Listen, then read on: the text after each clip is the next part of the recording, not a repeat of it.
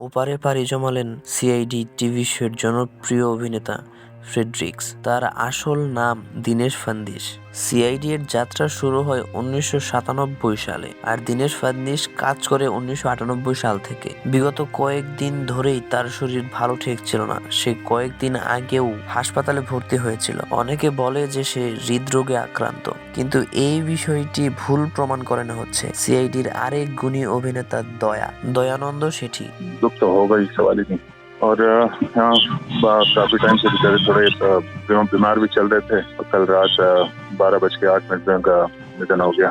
Heart attack तो नहीं था वो, क्योंकि वो खुद अपने आप को एडमिशन उन्होंने लिया था हॉस्पिटल में, बिकॉज कुछ दिक्कत थी उनके हेल्थ के साथ, थोड़ा इश्यूज था जिसको सॉर्ट करने के लिए वो हॉस्पिटल गए थे। बट जाने के बाद एक चीज के ट्रीटमेंट करने जाओ तो इट लीड्स टू अनदर, तो कॉम्प्लिकेशन थोड़ा बढ़ गया, छोड़ के चले गए। দয়ানন্দ জানান যে দীনেশ ফান্দিশ হৃদরোগে আক্রান্ত নন। নানান ওষুধ সেবনের ফলে তার দেহের অনেক অংশ বাজেভাবে ক্ষতিগ্রস্ত হয়েছে, তাই অতিরিক্ত ওষুধ সেবনের ফলে তার লিভারে সমস্যা দেখা দিয়েছে। পরে তাকে মুম্বাইয়ের তুঙ্গা হাসপাতালে ভর্তি করা হয়। চিকিৎসকরা তাকে ভেন্টিলেটর সাপোর্টে রাখে, কিন্তু লাভ হলো না। মৃত্যু কি ভেন্টিলেটর সাপোর্ট চেনে?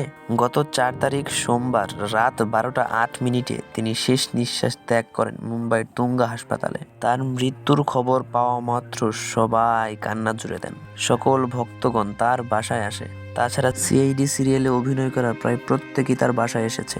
সিআইডি শোয়ের যাত্রা শুরু হয় 1997 সাল থেকে, আর 1998 সাল থেকে 2018 সাল পর্যন্ত ফ্রেডরিক্স নামক এই গুণী অভিনেতা সিআইডিতে কাজ করেন। তার সময় দীর্ঘ 20 বছর। মৃত্যুকালে দীনেশ ফান্দিশের বয়স ছিল 57 বছর। তার এই মৃত্যুতে নস্টালজিয়া হয়ে পড়েছেন হাজারো লক্ষ ভক্তবৃন্দ।